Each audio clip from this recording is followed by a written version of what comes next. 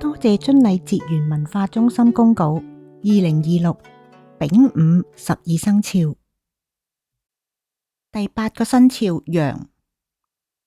上年羊呢係衰到貼地嘅，今年呢梗係要好啦，因為再過1年就係值太歲嘅羊年啊嘛。喺接受挑戰之前，今年羊係一定好嘅。但係正經嘅吉星就只有單單一粒太陽，嗰個半吉半凶嘅天空陪住咯，令人擔心啊！呢個凋零嘅吉星，連兔公都不如啦。相對嚟講啊，吉星少又唔係太驚嘅原因係，今年羊宮嘅凶星根本就唔算係凶星，實在可以當冇到。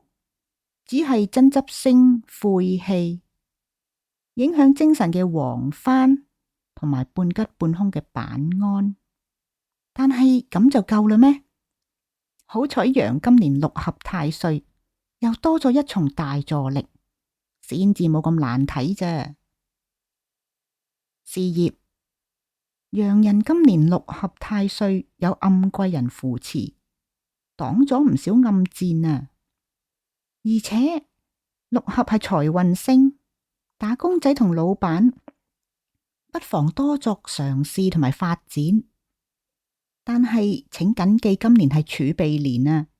如果冇把握喺新地方用1年時間嚟站穩陣腳，不如留喺熟悉嘅地方加強勢力嚟迎接未來嘅挑戰啦。太陽係能夠制凶嘅吉星。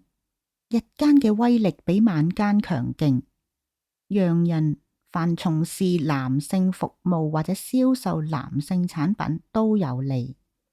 公司入邊同男同事、男上司、男客戶都合得嚟，就係男羊人又比女羊人更加好運。太陽係一粒合體加強星，啱啱同板安可以合體。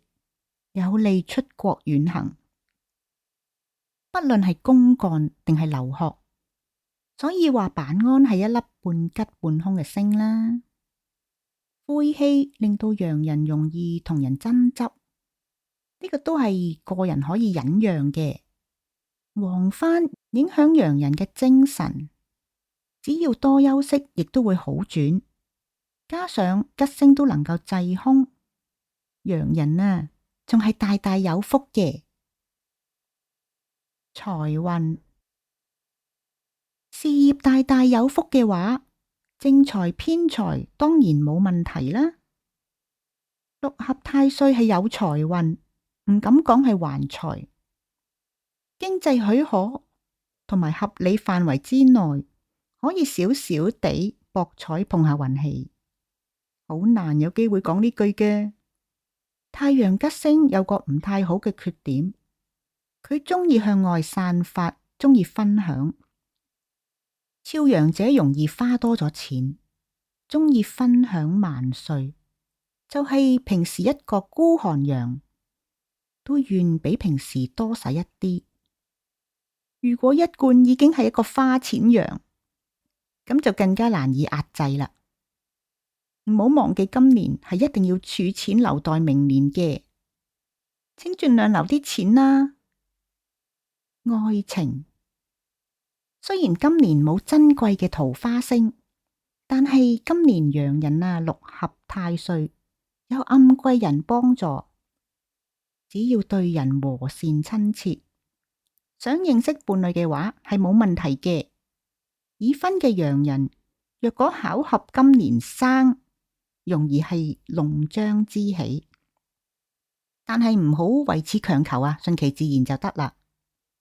加上太陽外向，想認識新人，只要唔做宅羊啊，主動積極啲，冇揾到情侶嘅都可以能夠交到新朋友啊，不愁寂寞。仲係要提醒一句啊，咪講過有晦氣星嘅，羊人已經咁好運啦，忍讓下啦，唔好同人爭執拗氣，和和氣氣，運氣就會更加好㗎喇。健康，今年係冇對健康有直接影響嘅凶星，只係嗰個黃幡會稍稍令到羊人失魂落魄，多愁善感。自我排遣下，去旅行去 shopping 就得啦。而板鞍呢，係代表古代騎馬出行啊，一個唔小心容易發生陸上交通意外。咁而家嘅陸上交通就梗係比古代先進得多啦。只要大家小心啲，意外就大大降低啦。由於呢個因素，所以話呢粒星半吉半凶咯。其餘就冇乜提點啦。遵例小貼士：肖羊者今年受到黃幡影響，容易失魂落魄。而在家中或者辦公室嘅東北方放4支直立富貴竹，有助頭腦靈活。